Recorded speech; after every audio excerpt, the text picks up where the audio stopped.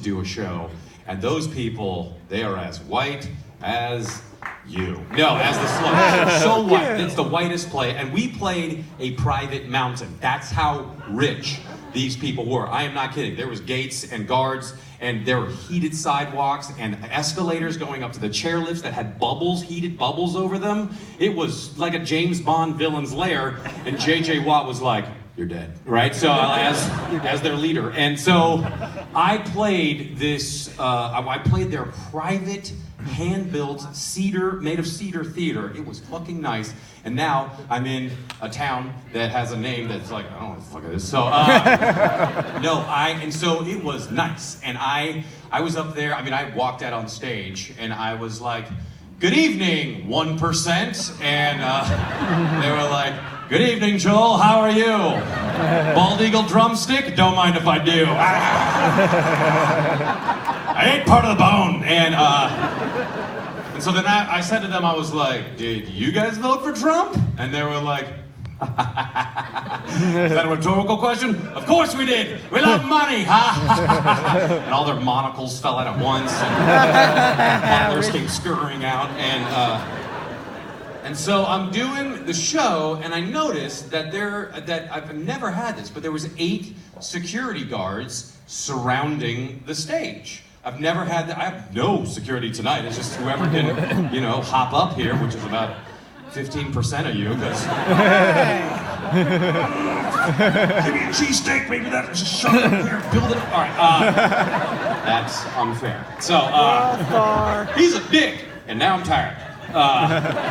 So I'm doing the show, and so I said, "Did you guys vote for?" I said vote for Trump, but then I said there was this really loud vocal group of anti-Semites. That were like, "We fucking hate him, Joe. He's not our president at all." And I'm like, "Oh, yes, I am sure. When you're riding up your escalator after your heated sidewalk into your heated chairlift wearing your $6,000 worth of snow gear and ski stuff, but you got to be back at 4 because your sushi's being flown in from Tokyo, I am sure you turn to your friend and go, what is going to happen to this country?" So anyway, I'm doing the show, I got all the security, and I was like, what happens if I don't entertain you properly?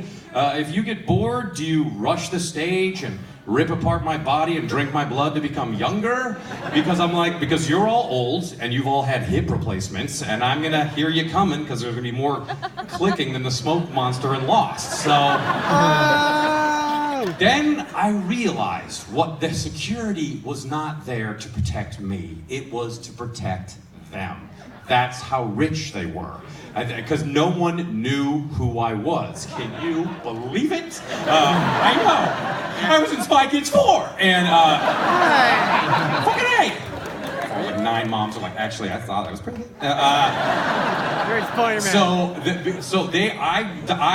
don't know who they thought I was. They're like, "Oh, that's that comedian who pulls his dick out just as a sprinkler the whole time. We gotta stop him." So the same thing happened to me when I did an article for the Los Angeles Times, which is a small paper west of here. And there was this series of articles that came out where reporters were driven around by comedians or actors, and those comedians and actors showed them their favorite places in Los Angeles. I know, fascinating Pulitzer Prize winning stuff. So I'm about a half an hour into driving this reporter around, showing him my favorite places, and he goes, "So, where do you find all the clips?" And I was like, this was like a year after The Soup was over, before the Joel McHale show, Joel McHale on Netflix. And I'll just clap along. And I watch Altered Carbon. And I go, "Well, when The Soup was on, we would turn on a television, and we would watch something that usually was Atlanta-based, and it was some housewives where they would, drink at a dinner party and then start hitting each other, and then have another show after that to talk about it, and we would show 10 seconds of that, and then I would come back out to me, and I would make a joke, and then I would go home and I don't know, Mike Pence party. And I